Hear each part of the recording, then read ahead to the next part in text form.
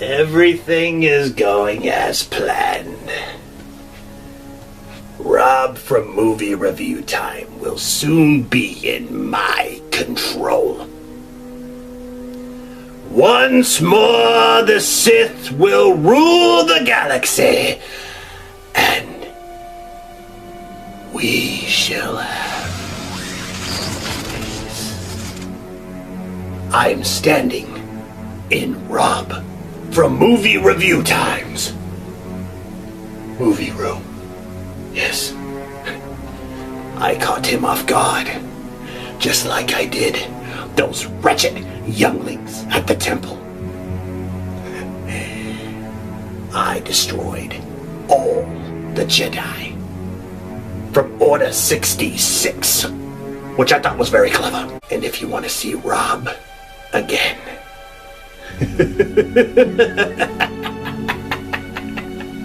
this channel will be quite operational when your friends arrive.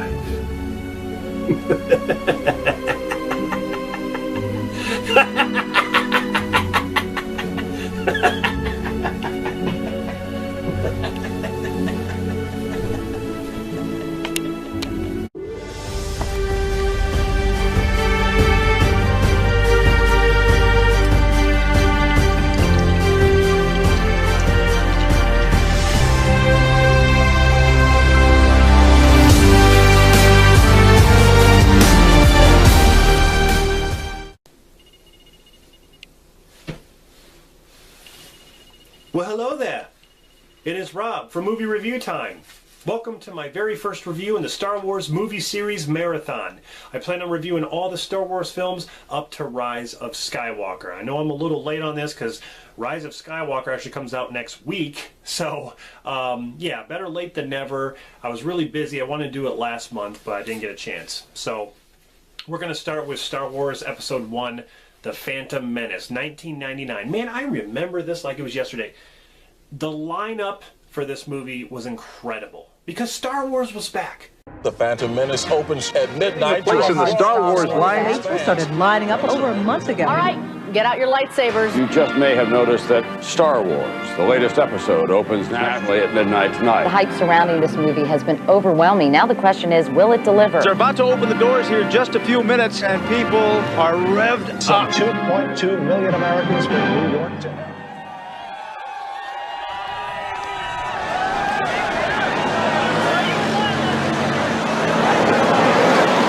It's like 1977. I haven't felt this since 1977.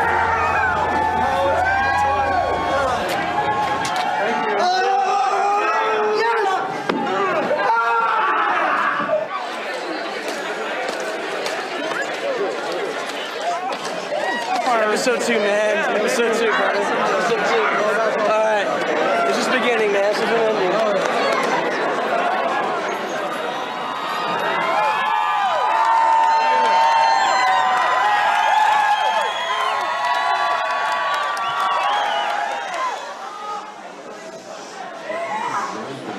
This is fucking awesome. Yeah!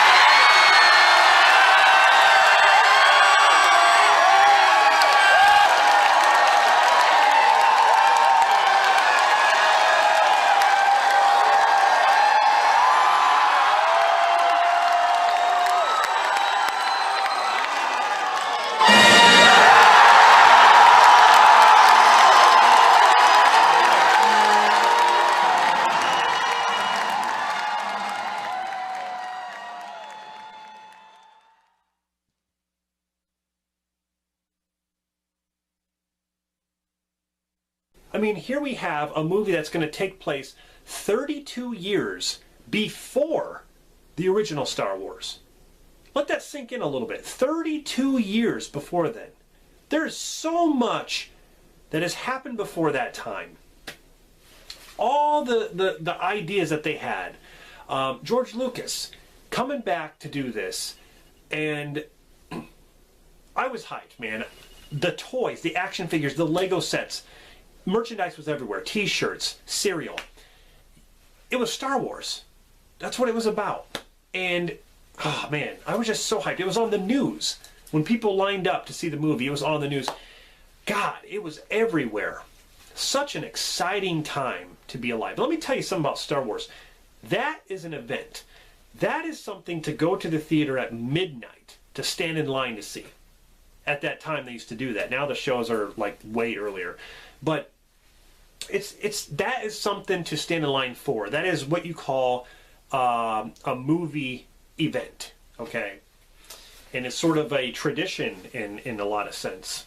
But yeah, 32 years before the original Star Wars film. But the basis story of Phantom Menace is that it follows Qui-Gon Jinn, who is a Jedi Master, and then Obi-Wan Kenobi, who is a Padawan learner, or his apprentice, so to say. And it's a young Obi-Wan Kenobi. I mean, we're used to seeing Alec Guinness. Now we get to see when he's, I guess, sort of becoming in his prime. And Ewan McGregor plays him, and he's spot on. Spot on. He's younger, he's clean shaven and all that stuff, but it's Obi-Wan. That's the story. But Liam Neeson plays Qui-Gon, who's a Jedi Master, and he is fantastic. I know a lot of people say they didn't really care for Qui-Gon, and I don't understand that at all. I mean, I really liked him, and I wish he would have come back as well, I am going to talk spoilers in this, but Force Ghost. I wish he would have come back for that. But anyway, they protect Queen Amidala, played by Natalie Portman, in hopes of securing a peaceful end to a trade dispute that's going on with the Trade Federation Viceroy. Yeah, this movie is all about politics and trade disputes and signing treaties and things like that. Stuff that I think some fans were, I don't know, I guess not into as much. Even though this movie was kind of geared towards kids in a way, kid-friendly, versus the other films, the original trilogy, which really weren't as much as this one. There were a lot of kid actors in this one, but anyway, it's all about trade disputes and stuff. But they come upon Anakin Skywalker as a little boy who has unusually strong Force powers, or he's strong with the Force, so to say. And Anakin Skywalker, there you go, Darth Vader. Before he becomes Darth Vader, he's a little boy at this point. He's played by Jake Lloyd. And when it comes to Natalie Portman and Jake Lloyd, here's the thing, I thought Natalie Portman was fine. Some of the lines the dialogue that she would say was just kind of, I don't know, kind of over the top in some way. It was the writing, that's what it was. Jake Lloyd, I'm not a fan of him, but I don't blame him for trying. He tried in this movie, and I know a lot of people gave him hell, but I really can't blame him fully, because it was, again, the writing. Some of the stuff he had to say. In the audition process, there was another kid who was auditioning that looked just like a young Luke Skywalker with blonde hair. He tried out, and when he was saying his lines in the documentary, he was spot on. And I thought maybe he should have gotten the role instead of Jake. The only reason George Lucas hired Jake is because he found him to be unpredictable and unstudied. That's why you never know what's going to come out of him. But I think in my take on it, that's kind of a risk in a way. I mean, you're supposed to be professional at your job. I kind of think George should have secured the position by people auditioning instead of having a hunch that Jake Lloyd's going to do good here and he's not going to do good here. It's taking a risk. And I think, in my opinion, he should have went with that other kid. So, even though a lot of kids auditioned, but there was that one kid who they were going to pick other than Jake Lloyd. But everyone did their job. It was just the writing, the stuff that they had to say. Ian McDiarmid, who plays Senator Palpatine and Darth Sidious, he plays dual characters. Palpatine, well, they call him Darth Sidious, but he's known as Emperor Palpatine. He made an appearance in Empire, and then his movie was Return of the Jedi. That's where he made a full appearance. And the same guy comes back to play him, and he's playing a senator, and it's like he's behind this whole thing. He is into the politics stuff. He is the one that is creating all this stuff. So I really like that side of the politics with him being involved. That was good. Anthony Daniels returns as C-3PO. You actually get to see the birth of C-3PO. And Anakin is the one who made him, which was very interesting. I thought that was an interesting thing to throw in there. Of course, C-3PO is not... he's not, you know, he doesn't have all his parts. He's basically naked with wires showing and stuff like that. And that was fine. I mean, he's, you know, Anakin was building him with scrap parts and stuff. So that was, you know, that was fine. But, you know, Anthony Daniels, he is C-3PO. What can I say? Kenny Baker comes back to play R2. And R2 has a really cool scene where he saves the ship. And the ship is damaged. And all these droids are trying to fix it, but R2 is the one that fixes it and saves the day. That was a really cool introduction to R2. Because I was wondering how they were going to do that. Because, you know, R2, it's not like R2-D2 is not a main character. He's been there since the beginning, okay? So, Frank Oz returns as Yoda. And you can't have Yoda without Frank Oz, okay? He is Yoda. And it's a younger Yoda.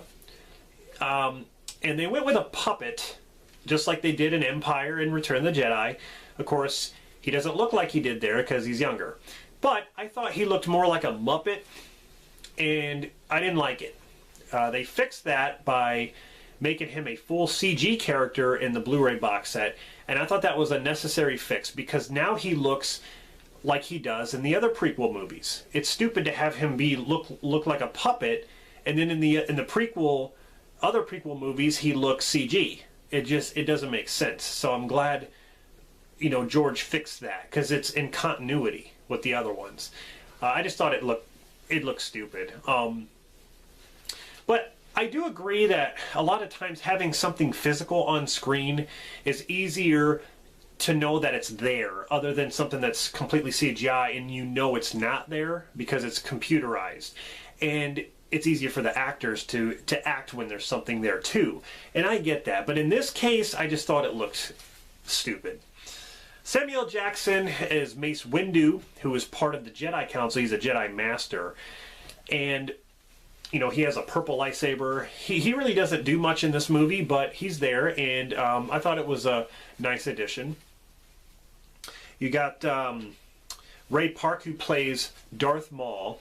And Darth Maul is one of the coolest villains, and I honestly was kind of pissed when they killed him off. Even I know he returns in the Clone Wars or whatever. You know, he returns, but he was also in Solo. But the thing is, I thought they should have had him at least be the bad guy up until the third movie. Revenge of the Sith. I thought maybe they should have, or even Attack of the Clones, maybe he should have, you know, bit the dust in that movie. Because I prefer Darth Maul over Count Dooku. I think Darth Maul is a lot more interesting. But, yeah, he was cool either way, though. He didn't really have much to do other than track down the Jedi and then fight him at the end. And I love his dual-bladed saber, which we haven't seen before. Keira Knightley is actually a handmaiden who plays the decoy to Queen Amidala in this movie. And I didn't know that when it first came out. Like, I didn't know that Keira Knightley was in it. Ahmed Best plays Jar Jar Binks, and he does a good Jar Jar. But I wasn't a fan of Jar Jar. I actually am not a fan of the Gungans. I'm not jumping on the Gungan hate train. I just don't really care for the characters. I prefer the Ewoks over the Gungans. For one thing, the Ewoks were actual, you know, people dressed up. The Gungans just looked way too fake for me. And I felt like the Gungans had no purpose. I mean, it was almost like Lucas was redoing the Ewoks because they were using stuff to throw at the droids just like the Ewoks did. And, you know, they were using...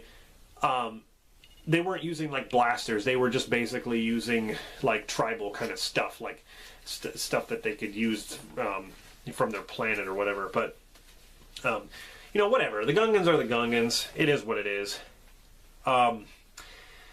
Now, So you got a good cast. The cast is really, really good. I just think sometimes it's the situations they're in and the writing, I think, was just kind of off at times. But the music makes up for it. John Williams is the man. He knows how to do the Star Wars stuff. Star Wars is probably, the original trilogy has some of the best themes known to music, to movie history, when it comes to like vinyl and CD and just movie soundtracks.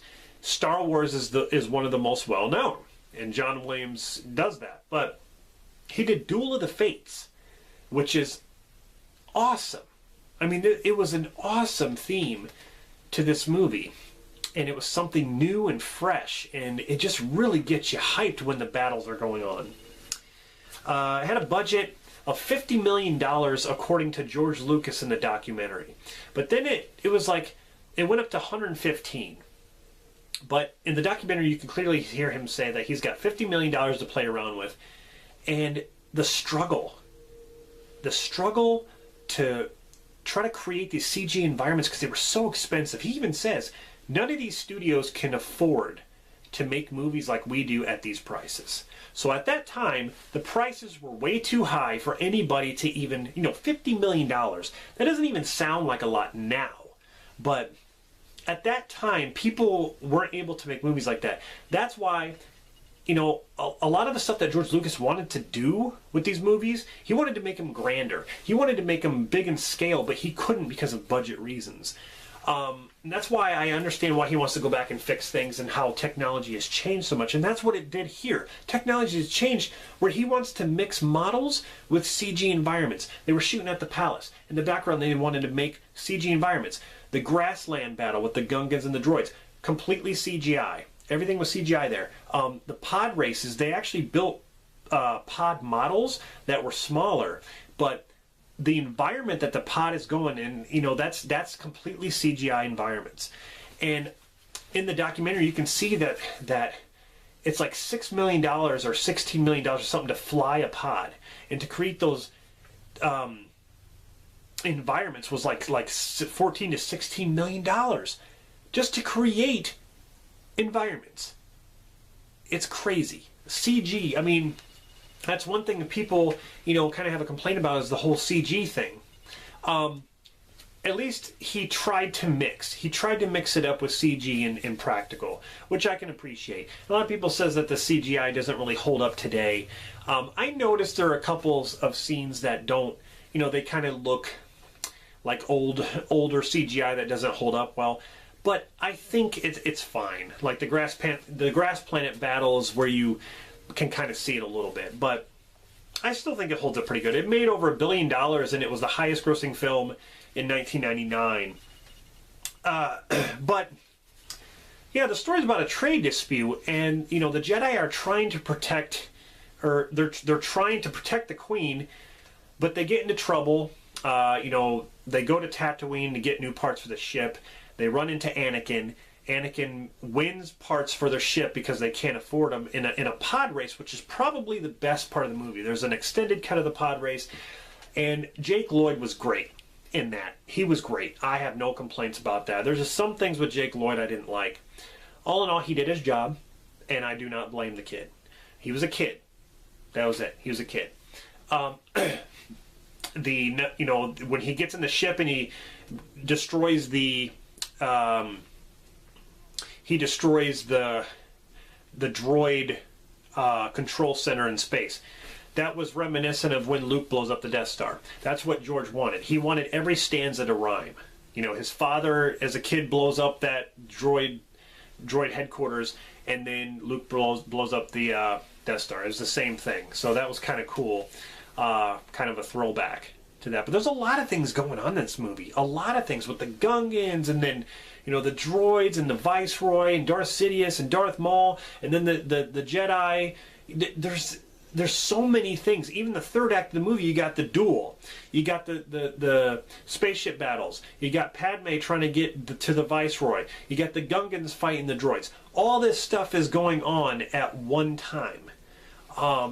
So it was crazy. And then Anakin and Padme meet for the first time, and he falls in love, basically. He has a crush on her and stuff, but, you know, it doesn't seem like she feels the same way. But, you know, they're young, and it was kind of cool. You know, that's Luke and Leia's mom and dad, pretty much, and you get to see the whole origin of that. So, at least this movie has characters that still stick with the Skywalker arc, and you get to see where it all started, and I really, really like that.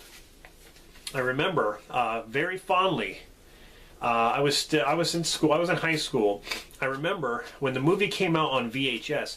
I was sick from school, and my mom actually went out to Walmart and got the movie for me and brought it home to cheer me up. And I remember I was sick, but I was like eating chicken soup and watching that movie over and over and over again because I was so excited. It was. I wasn't the type of guy who walked out of the theater after watching Phantom Menace and being like, well, that wasn't Star Wars to me. That sucked. I loved it. I think I watched it so much that I kind of got burnt out on it, and I went on like a hiatus for a while. And I didn't, you know, then I just didn't want to revisit it because I was just like, I don't know if I want to watch Phantom Menace because I watched it too much. But let me tell you, I revisited it like not too long ago because for reviewing the movies here, and I love it. I love Phantom Menace more than I love Force Awakens and that crappy film Last Jedi. Yes, I said it. I hate The Last Jedi. When we get to that, I will explain why. I'm not on the hate train. I'm not doing it just because I want views. I hate The Last Jedi. And all my points will be proven in my review. So, Star Wars Episode 1, The Phantom Menace, I think gets unnecessary hate. And I really love the movie. I know a lot of people consider it the weakest. It's either Phantom Menace or Attack of the Clones that they consider the weakest of the entire series. Now that The Last Jedi has come out, I think that's changed. Because there are people who hated the prequels, and now that the new Disney ones have come out, people love the prequels because of the new ones that they don't really like them. It's just funny how people act. It's funny how people change their minds because of that stuff. Like, I've always kept, you know, my mind has never really changed on that kind of stuff. I never really said that I hated Phantom Menace. I never said that. So, but great cast, great battles, great action scenes. It looks great. It feels like Star Wars. I love the lightsaber sounds and the way, you know, the sabers, they do their force powers like when they're like, it's a standoff and they run like the Flash. They can deflect, you know, lasers back at the droids and things like that. It's just, oh my God, fast saber battles. That's just great choreography, great stuff. Compared to the older ones, like, yeah, this one, it's top notch. And I just got so invested with the story. But you know, the gripes, I just wish we would have seen more Darth Maul. I wanted to see more Darth Maul. I even wanted to see more Qui-Gon. I got so invested in Qui-Gon, I just wanted to see more of him. But it is what it is. I didn't really care for the Gungans, like I said. Ahmed Best did his best. He did his best, you know, playing Jar Jar. I just think the Gungans really had no reasoning to be there other than to fight the droids. That's it. Jar Jar really he just kept getting in the way. It kind of, you know, it was kind of irritating, but whatever. Anyway, guys, that's my review. Let me know what you think down in the comments, and I'll see you guys for episode 2, Attack of the Clones.